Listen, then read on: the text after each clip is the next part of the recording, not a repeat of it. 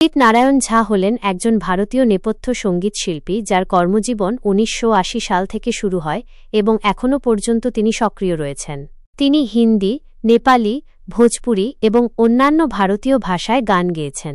কর্মজীবন: উদিত নারায়ণ ১৯৮০ সালে ১৯-২০ সিনেমায় মোহাম্মদ রফি এবং উষা মঙ্গেশকরের সাথে মিল গয়া গানটি গেয়ে নেপথ্য সঙ্গীতশিল্পী হিসেবে আত্মপ্রকাশ করেন।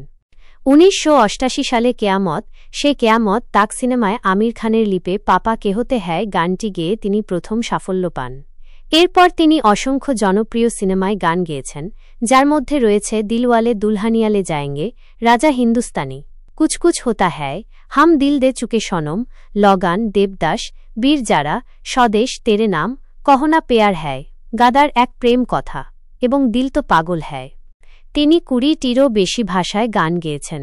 তিনি লতা মঙ্গেশকর, আশা ভোসলে, অলকা ইয়াগনিক, কবিতা কৃষ্ণমূর্তি, সাধনা সরগম, শ্রেয়া ঘোষাল, সুনিধি চৌহান, অনুরাধা পারোয়াল, কুমার শানু, অভিজিৎ ভট্টাচার্য, সোনু নিগম, এসপি বালাসুব্রহ্মণ্যম, হরিহরন, রূপকুমার রাঠোর, শঙ্কর মহাদেবন, সুখবিন্দর সিং, কৈলাস খের, অমিত কুমার, মোহাম্মদ আজিজ, সুরেশ ওয়াদকর, মনোহর উদাস, বিনোদ রাঠোর, উদয় নারায়ণ ঝা, জলি মুখার্জি, পূর্ণিমা, শান, কে, মোহিত চৌহান, শিল্পা রাও, বিশাল দাদলানি প্রমুখ সঙ্গীতশিল্পীদের সাথে গান গেয়েছেন।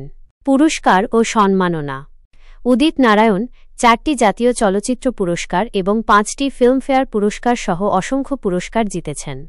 ২০০৯ সালে ভারত সরকার তাকে পদ্মশ্রী এবং ২০১৬ সালে পদ্মভূষণ পুরস্কারে ভূষিত করে।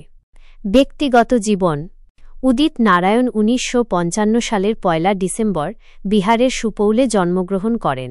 তার স্ত্রী দীপা নারায়ণ এবং তাদের ছেলে আদিত্য নারায়ণও একজন সঙ্গীতশিল্পী। উদিত নারায়ণ একজন জনপ্রিয় এবং সফল সঙ্গীতশিল্পী। তিনি ভারতীয় সঙ্গীত জগতে এক বিশেষ স্থান অধিকার করে আছেন। ধন্যবাদ। আপনার সাবস্ক্রিপশন আমাদের জন্য অনেক মূল্যবান। আমরা সবসময় চেষ্টা করি আপনাদেরকে সবচেয়ে সঠিক এবং আপডেট করা তথ্য দিয়ে সাহায্য করার।